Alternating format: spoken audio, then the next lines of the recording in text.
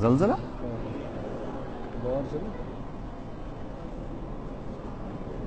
جو کام کر رہے ہیں اس سے رک جائے گا انشاءاللہ.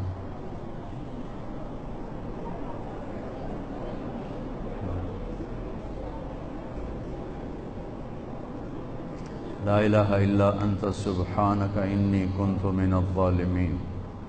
پڑھیں لا الہ الا انت سبحانک انی کنت من الظالمین. لا الہ الا انت سبحانک انی کنت من الظالمین. لا الہ الا انت سبحانک انی کنت من الظالمین. لا الہ الا انت سبحانک انی کنت من الظالمین. لا الہ الا انت سبحانک انی کنت من الظالمین. رک گئے؟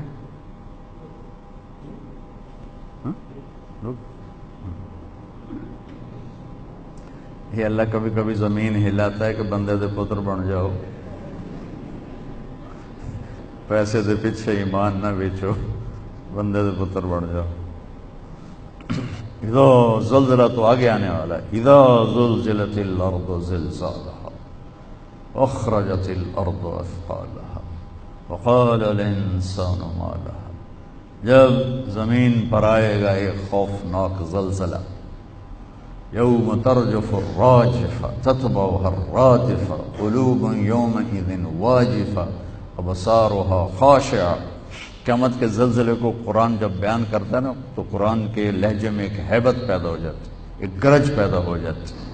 اللہ نے جو پہلی قوموں کو تباہ و برباد کیا اس میں سب سے زیادہ لوط علیہ السلام کی قوم پہ عذاب کٹھے مارے، پتھروں کی بارش اور اوپر نام لگے ہوئے اور نوکیلے پتھر اور زمین میں زلزلہ. پہلے زلزلہ جب تھوڑا سا زلزلہ آیا تو ہم سارے پریشان ہو گئے، تو خوفناک زلزلہ، اور پھر اس کے بعد اس کو اکھاڑا اور اوپر جا کر یوں زمین پہ مارا، اوپر والا نیچے، نیچے والا اوپر کر دیا، چہرے مسخ کر دیے اور ایک گندے پانی میں ان کی لاشوں کو ڈبو دیا.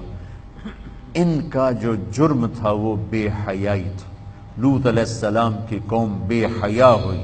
اس بے حیائی پر اللہ نے سب سے زیادہ عذاب کے کوڑے برسائے. دنیا کا سب سے بڑا مجرم میری نظر میں فرعون ہے، جیسے کہ میں خدا ہوں، کہ میں خدا ہوں. دنیا میں کسی انسان نے یہ نہیں کہا میں خدا ہوں سوائے فرعون کی.